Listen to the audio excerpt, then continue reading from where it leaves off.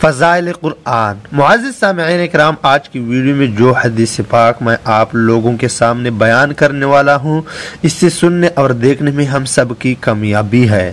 نحمدہ و نصلی علی رسولہ الکریم، اما بعد فاعوذ باللہ من الشیطان الرجیم، بسم اللہ الرحمن الرحیم۔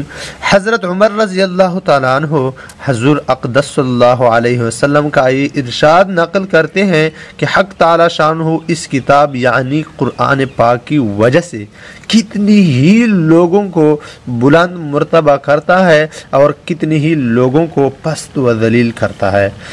معزز سامعین کرام، یعنی جو لوگ اس پر ایمان لاتے ہیں، عمل کرتے ہیں، حق تعالی شانہ ان کو دنیا و آخرت میں رفعت و عزت عطا فرماتے ہیں، اور جو لوگ اس پر عمل نہیں کرتے، حق سبحانہ و تقدس ان کو ذلیل کرتے ہیں۔ کلام اللہ شریف کی آیات سے بھی یہ مضمون ثابت ہوتا ہے۔ ایک جگہ ارشاد ہے، یضل بہ کثیرا و یہدی بہ کثیرا، حق تعالی شانہ اس کی وجہ سے بہت سے لوگوں کو ہدایت فرماتے ہیں اور بہت سے لوگوں کو گمراہ۔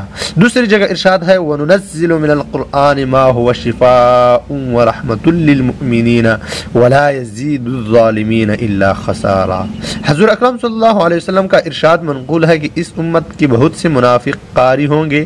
بعض مصاحف سے احیاء میں نقل کیا ہے کہ بندہ ایک سورت کلام پاک کی شروع کرتا ہے تو ملائکہ اس کے لیے رحمت کی دعا کرتے رہتے ہیں یہاں تک کہ وہ فارغ ہو، اور دوسرا شخص ایک سورت شروع کرتا ہے تو ملائکہ اس کے ختم تک اس پر لعنت کرتے ہیں۔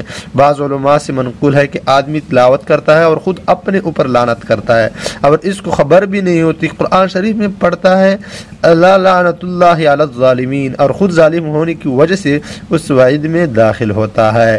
اسی طرح پڑھتا ہے لعنت اللہ علی الکاذبین، اور خود جھوٹا ہونے کی وجہ سے اس کا مستحق ہوتا ہے۔ عامر بن واصلہ رضی اللہ تعالیٰ عنہ کہتے ہیں کہ حضرت عمر رضی اللہ تعالیٰ عنہ نے نافع بن عبد الحارث رضی اللہ تعالیٰ عنہ کو مکہ مکرمہ کا حاکم بنا رکھا تھا۔ ان سے ایک دفعہ دریافت فرمایا کہ جنگلات کا ناظم کس کو مقرر رکھا ہے؟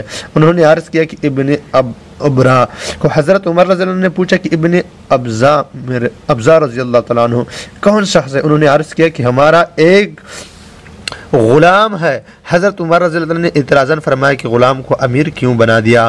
انہوں نے کہا کہ کتاب اللہ کا پڑھنے والا ہے۔ حضرت عمر رضی اللہ تعالیٰ عنہ نے اس حدیث کو نقل کیا ہے کہ نبی کریم صلی اللہ علیہ وسلم کا ارشاد ہے کہ حق تعالی شانہ اس کلام کی بدولت بہت سے لوگوں کے رفع درجات فرماتے ہیں اور بہت سے کو پست کرتے ہیں۔ وآخر دعوانا ان الحمد للہ رب العالمین۔